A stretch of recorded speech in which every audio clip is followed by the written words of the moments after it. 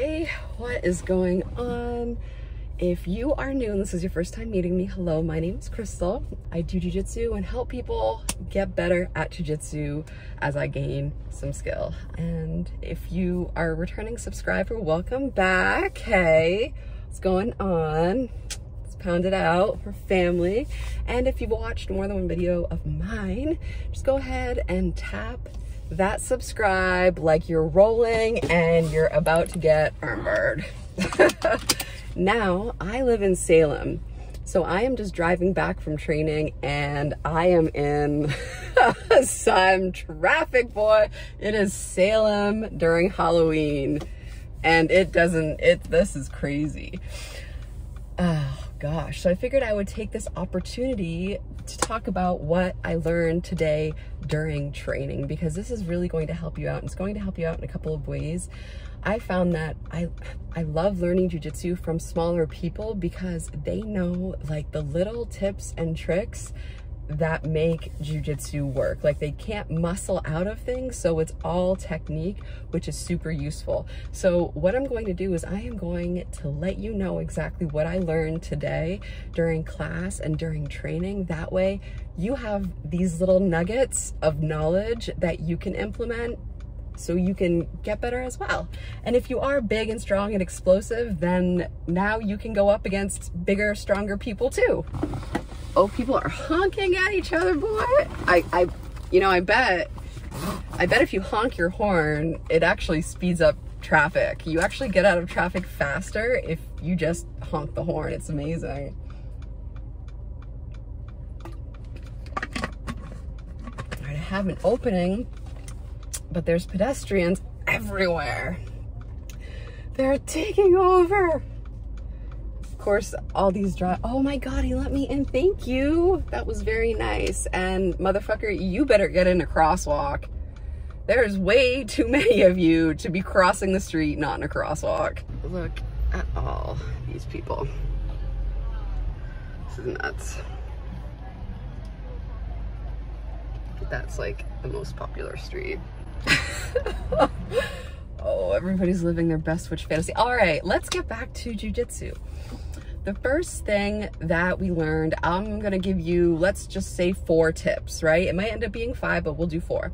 So tip number 1, we were working on getting to the back from side control. We call it side control 2, where you have 2 arms over their torso and head. Now, if you're a smaller person, rolling with an explosively bigger person, this type of side control, if they're super explosive with their hips, can get you launched over your head, which is why it can be useful to switch to a different side control, like we call it side control 1.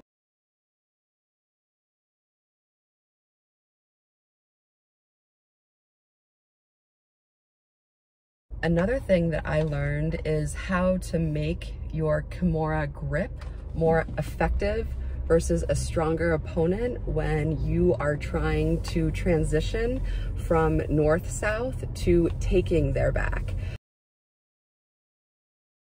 When you have transitioned and you have both knees up against their back and you have a Kimura grip on their arm, if you straighten your arms such that you are trying to put their hand in their far side pocket. So just think Kimura grip, make their hand touch their belt or make their hand touch their far side hip.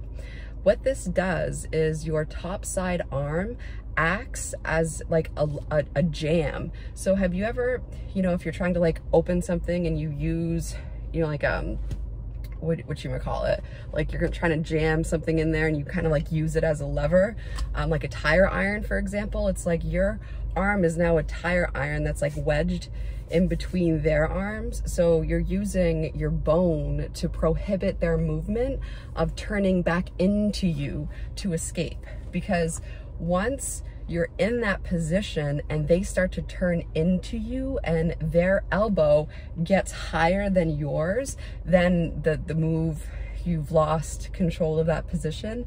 And it's not like you want to stay in that position for long anyway, but you want that position to be as strong as possible in transition. So it's like a transitional position. And especially as a smaller person, you want to make sure that you know these details. That way you're not wasting strength when you could be leveraging your bone structure to control your opponent during these transitions. That's a very, very, very, very useful tip. Another useful tip, so this is tip number 2, or technically tip number 3.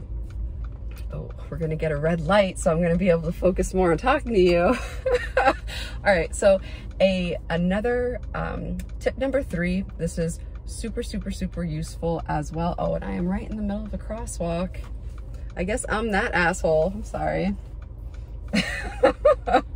All right, so another tip that is super, super, super useful is when you are trying, you have taken their back and now you're trying to sink in a rear naked choke. A very popular defense for the rear naked choke is tucking your chin such that you can't get your hand and arm underneath their chin in order to sink in the choke. There's a couple of solutions to that. You can just choke over their face like a mandible choke. This would work in a aggressive setting. Sometimes we don't get a clean strangle under the chin. Sometimes we have to go over the chin. And that's where we have what's called a mandible strangle. But you don't want to mandible choke your training partners, because then maybe people won't want to roll with you if you're just doing that to your training partners. You know what I'm saying?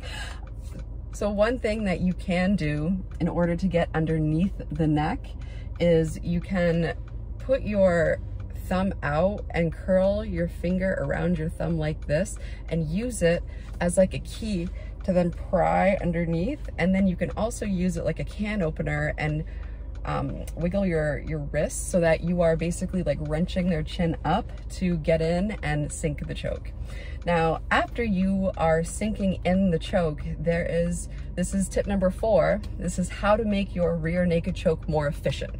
How to make your rear naked choke more efficient is people just tell you, okay, squeeze, but there is a technical way to squeeze and a non-technical way to squeeze. So let's say you have a rear naked choke and the person's neck is right here.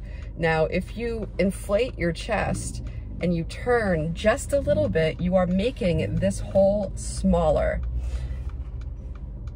And that is what you want to do. You want to, wow, I can't even, that was a whole light and I didn't even move. This place is jammed up, son. Oh my God. And there's no left arrow turn here. All right, I am not taking this way home again. Lesson learned. All right. So yeah, and then another thing too is when you are performing a rear naked choke, so this is tip number 5 or 4, which one are we on? I don't know. I need some fast carbs. So the final tip that I'm going to give you today that's also super, super effective, especially for a small person, is knowing how much force is needed to complete a rear naked choke, or to more specifically hold the rear naked choke position. Now, you can complete a rear naked choke just with one arm, where you have the top arm is choking and the bottom arm is controlling their arm movement by placing the grip over their knuckles and smashing their hand against their chest. I guess this is tip number 7. So by doing that, you are closing the gap that their wrist can escape, and you are decreasing the strength of their arm to do so. So this is how you control them, by using technique and by not using strength. So when you have them in this position, you can choke them with only one arm. So what you do is you get in under their chin and you curl your hand and your wrist over their shoulder. That way you're basically leveraging it against their shoulder, and it is safe there as long as they don't grip your thumb. The only way they can remove it is if they grip their thumb and pull.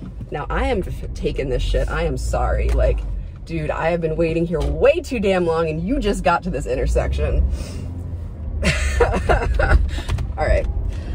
Yeah, so those are the tips. I am going to focus on driving now, but it was so good to see you, and I will give you even more tips in the next video on how to improve your game when something just keeps on happening to you and you get frustrated. I'll show you exactly the process of dealing with that, because that's just how you get better game. All right, so if you've watched this whole thing and you've gotten useful information, go ahead and subscribe, and until next time.